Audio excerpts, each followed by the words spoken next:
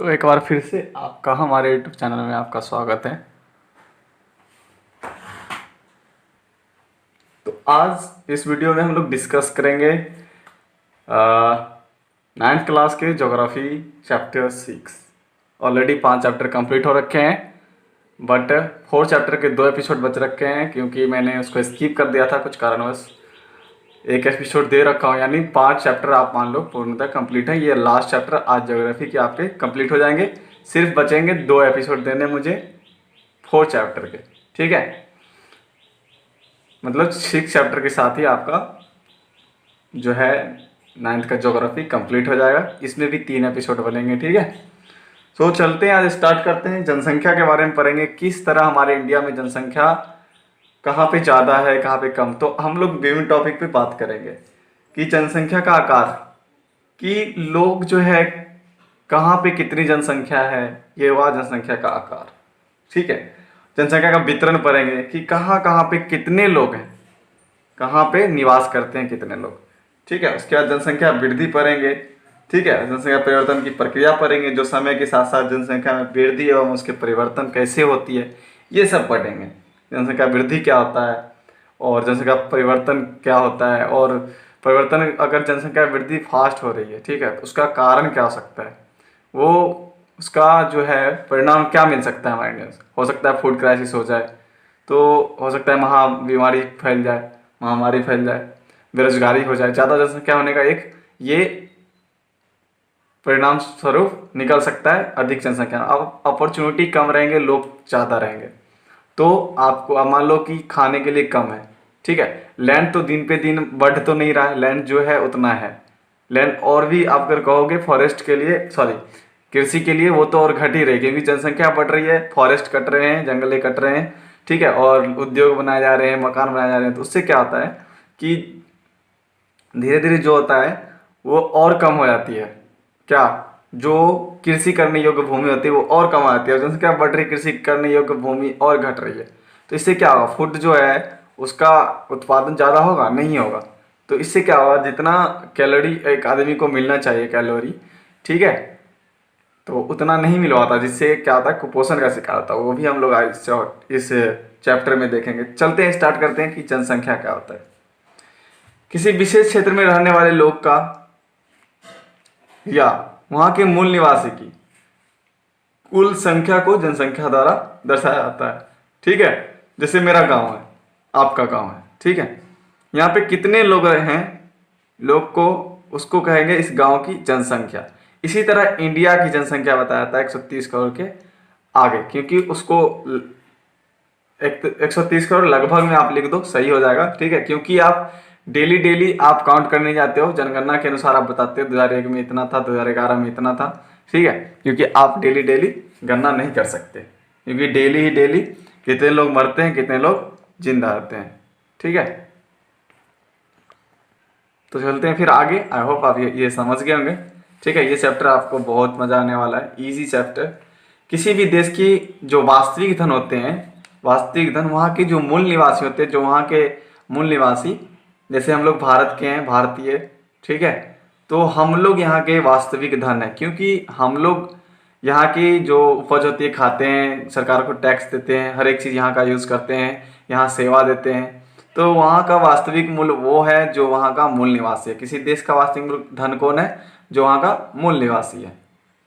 और मान लो कि दूसरे देश का है, ठीक है, अगर सिटीजनशिप ले लिया तो फिर तो वो भी हो गया, लेकिन वो अगर घूमने के पर्पज से आता तो वो वहाँ का वास्तविक धन नहीं होगा। क्योंकि वास्तविक धन मतलब वो फिक्स होता है कि यहीं पे खाएगा पिएगा रहेगा, टैक्स देगा, मतलब काम करेगा इस देश के लिए, ठीक है, नागरिकता यहीं का है तो यहीं रहना है, ठीक है। चलते हैं फिर आगे। जनसंख्या का आकार एवं वितरण, ठीक है, देखेंगे किस वर्ष कितना जनसंख्या था, किस वर्ष, फिर वितरण कैसे था। वितरण के बारे में पहले समझते हैं। जनसंख्या वितरण से क्या अभिप्राय होता है कि किस तरह भूपृष्ठ पर, जैसे हमारा पूरा भारत है, किस तरह यहाँ पे लोग किस तरह वितरित हैं, कहाँ पे कितने लोग हैं, कहाँ पे कितने लोग हैं, कहाँ पे कितना, इसको बोलते हैं जनसंख्या वितरण। जनसंख्या आकार अब पर बताएंगे कि जैसे 2001 के जनगणना के अनुसार 160 करोड़ से अधिक ज्ञात किया गया था, क्या, यहाँ की जनसंख्या, भारत की बात हो रहा है, ठीक है। ठीक है। और फिर अब भी 130 करोड़ से एवब बताया जा रहा है, ऊपर बताया जा रहा है, 135 से ऊपर ही होगा, ठीक है। भारत में पहला जनगणना कब हुआ था वो देखेंगे, 1872 में हुआ था। आप इसको याद रखेंगे, ठीक है। प्रथम जनगणना कब हुई थी? 1872 में।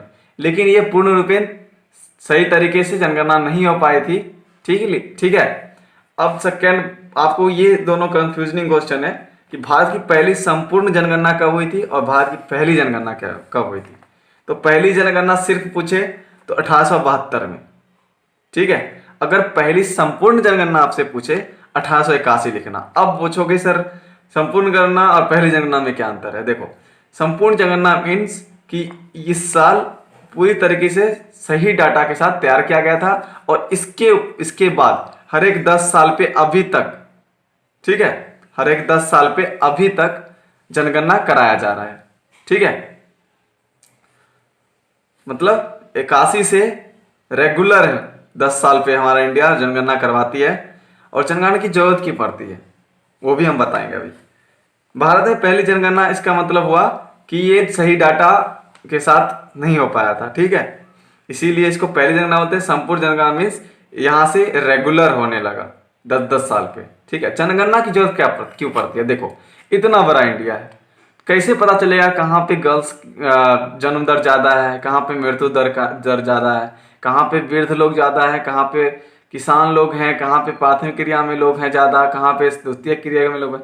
तो इन जनगणना के द्वारा पता रहता है किस एरिया में कैसे लोग हैं, वहां पे कितने लेडीज हैं, कितने पुरुष हैं, वहां की जो है लिंगानुपात क्या है। उस अकॉर्डिंग सरकार अपनी नीति बनाती है। जहां पे लिंगानुपात कम होता है, यानी स्त्री की संख्या कम, पुरुष की संख्या अधिक, तो वहां पे विभिन्न प्रकार की योजना चलाती है सरकार, ठीक है। सर देखो, लिंगानुपात कम होने का वो भी रीजन अभी बताएंगे, पहले ही नहीं बताना चाहता हूं क्योंकि इस टॉपिक में आपका, इस चैप्टर में सारा कुछ हो जाएगा आपका, ठीक है। तो 2001 के जनगणना के अनुसार यूपी का सबसे ज्यादा जनसंख्या था। 2001 की बात कर रहा हूं मैं, 11 की नहीं, ठीक है। और 2001 के जनगणना के अनुसार सबसे कम जनसंख्या वाला राज्य हमारा इंडिया में था। वो क्या था वो आपको बताना है कमेंट सेक्शन में, ठीक है, मैं नहीं बताऊंगा। मैंने बता दिया कि 2001 के जनगणना के अनुसार ज्यादा जनसंख्या वाला राज्य यूपी है, और आपको बताना है कम जनसंख्या वाला राज्य कौन था अकॉर्डिंग टू 2001 सेंसस, ठीक है। भारत में जो है, ये बता देता हूं आपको मौखिक, भारत में जो है मुख्यतः 5 स्टेट से मिलके इसका आधा जो जनसंख्या है इंडिया का, वो वहां का हो जाता है। 5 स्टेट मिलके जो इंडिया का जनसंख्या है उसका आधा जनसंख्या है। वो है कौन कौन? वो है आपका UP, Maharashtra, Bihar, West Bengal and MP, sorry AP. AP मतलब आंध्र प्रदेश, एम मतलब महाराष्ट्र, वेस्ट बंगाल, बिहार और यूपी। इन सभी 5 स्टेट को मिलाकर आधी जनसंख्या भारत की यहां पे निवास करती है, ठीक है। चलते हैं फिर नेक्स्ट। जनसंख्या को लेकर जॉर्ज बी क्रेसी थे, एक भूगोलविद कह सकते हो, ठीक है। तो उन्होंने क्या कहा था, आपकी बुक में नहीं है, ठीक है, स्टैंडर्ड बना दिया हूं ताकि आप, अगर ये सब आप 9th में हो, ठीक है, अगर ये सब एग्जाम में लिख देते हो, 1 नंबर नहीं काट सकता वो एग्जामिनर, जो भी होंगे 1 नंबर नहीं काट सकते, ठीक है। तो जॉर्ज बी क्रेसी ने क्या कहा था, आप लोग क्या करते हो, सुनते कम हो, फटाक दे और लिखना स्टार्ट कर देते हो, ठीक है। तो आपसे रिक्वेस्ट है कि आप पहले समझे, ठीक है, क्योंकि जितना लिखा होता है उतना ही सिर्फ मैं नहीं बताता, उससे ज़्यादा भी बता देता हूँ, ठीक है। सो आप देख सकते हो कि एक पेज में मैंने 9 मिनट 8 मिनट लगाया। क्यों लगाया? ज़्यादा इन्फॉर्मेशन देने के लिए। आप अगर सुने रहोगे तो आराम से लिख दोगे, लिखने से कुछ नहीं होने वाला है। सुनो, 1 बार नहीं 2 बार सुनो, मैं तो बार बार बोलता हूँ, 1 बार पहले सुन लो, सेकेंड टाइम प्ले करो, उसके बाद आप राइट डाउन करो नोट्स में, लेकिन आप लोग नहीं मानते हो। सो आपकी इच्छा, चलते हैं, मेरा काम है पढ़ाना बच्चों को, बस चलते हैं। जॉर्ज बी क्रेसी ने क्या कहा था कि एशिया में, एशिया जो है हमारा एशिया महादेश, उसमें जो है बहुत अधिक जगहों पे, यानी ज़्यादा क्षेत्रफल पे कम लोग रहते हैं, मान लो, और कम क्षेत्रफल पे ज़्यादा लोग रहते हैं, ठीक है। इनका कहने का मतलब था कि एशिया में बहुत अधिक जगह ऐसे हैं जहाँ पे कम लोग रहते हैं, अधिक जगहों पे कम लोग और कम स्थानों पे अधिक लोग निवास करते हैं। ये एक जनसंख्या का असमान वितरण का लक्ष्य बता रहा है। और कि ये क्यों होता है, सिंपल बात है, रोजगार कम होंगे, शिक्षा की व्यवस्था अच्छी नहीं होगी, अच्छी ट्रांसपोर्ट नहीं होगी, मतलब अपॉर्चुनिटीज अच्छी स्वास्थ्य नहीं होगी, अपॉर्चुनिटी इक्वल हमारे इंडिया में नहीं होगी। इसी के कारण जहाँ पे अपॉर्चुनिटी ज़्यादा होगी वहाँ पे लोग ज़्यादा माइग्रेट करते होंगे, प्रवास करते होंगे, जिसके कारण जहाँ पे अपॉर्चुनिटी ज़्यादा है वहाँ पे छोटी जगहों पे ही ज़्यादा लोग रहते हैं। और बड़े एरिया होने से क्या होगा, वहाँ पे अगर मान लो कोई उद्योग नहीं है तो वहाँ लोग नहीं रहेंगे, रोजगार नहीं चलेंगे। मान लो वहाँ पे अच्छी ट्रांसपोर्ट नहीं, अच्छी शिक्षा नहीं, अच्छी स्वास्थ्य नहीं, सिक्योरिटी की व्यवस्था नहीं है, तो इन सबों का कारण होता है कि मतलब आप डायरेक्टली मैंने जैसे बताया था असमान वितरण है अपॉर्चुनिटी का, ठीक है। इसीलिए ये सिस्टम देखने को मिलता है, असमान जनसंख्या का असमान वितरण। जैसे अभी हम दो एग्जांपल के साथ देखेंगे। दिल्ली का जो प्रति व्यक्ति वर्ग किलोमीटर यानी एक वर्ग किलोमीटर प्रति वर्ग किलोमीटर, एक वर्ग किलोमीटर स्क्वायर जो है, एक किलोमीटर स्क्वायर वर्ग स्क्वायर, ठीक है, इसमें दिल्ली में 11,297 लोग रहते हैं। वही अरुणाचल प्रदेश एक वर्ग किलोमीटर की बात करो तो ओनली 17 लोग रहते हैं। आप देख सकते हो कितनी एरिया सेम है, जनसंख्या में 11,000 से भी आगे, ये उतना एरिया में 17 और उतना ही एरिया में 11,000 दिल्ली में। और देखो, और एरिया में भी सबसे ज्यादा इन दोनों की कंपेयर में ये 83,000 वर्ग किलोमीटर के आसपास, ये 14,000 सॉरी 1,000 वर्ग किलोमीटर के आसपास, यानी 1,400 वर्ग किलोमीटर के आसपास, ठीक है। 84,743 वर्ग किलोमीटर और ये 1,484 वर्ग किलोमीटर। आप देख सकते हो इतनी छोटी सी एरिया में ज्यादा लोग रहते हैं। आप जनसंख्या यहाँ का पता करना सर्च करके, दिल्ली की जनसंख्या क्या है और अरुणाचल प्रदेश की क्या जनसंख्या है, ठीक है। और आप यहां से ये देख सकते हो कि एक वर्ग किलोमीटर में 11,000 लोग और एक वर्ग किलोमीटर में 17 लोग। ये किस चीज का लक्षण है? हर एक चीज जो उच्च व्यवस्था होती है, शिक्षा होती है, स्वास्थ्य होती है, परिवहन होती है, रोजगार होती है, इन सबों की असमान वितरण का कारण ये देखने को मिल रहा है, ठीक है। वाई मैंने आगे लिखा भी है, वाई देखते हैं क्या लिखा है, क्यों, तो मैंने ये बता दिया था आपको, ठीक है।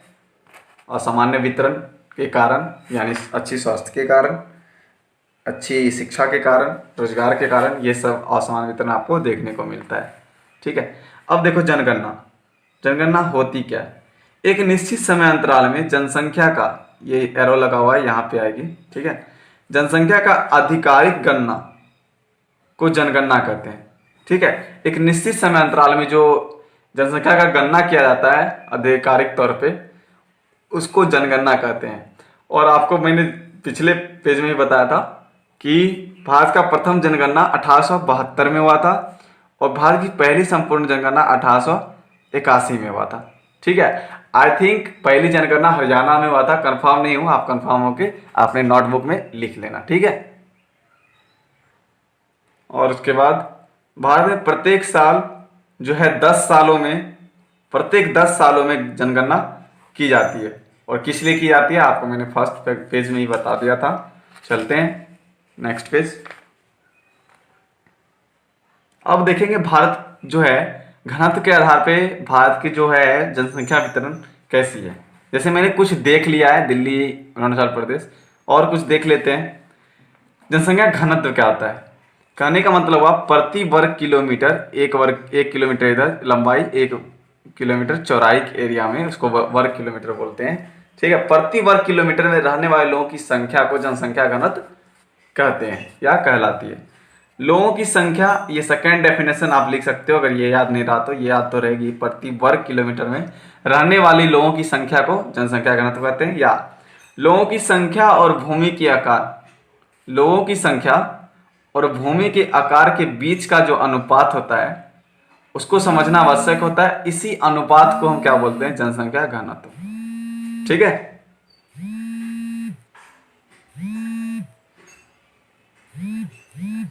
तो चलते हैं फिर आगे।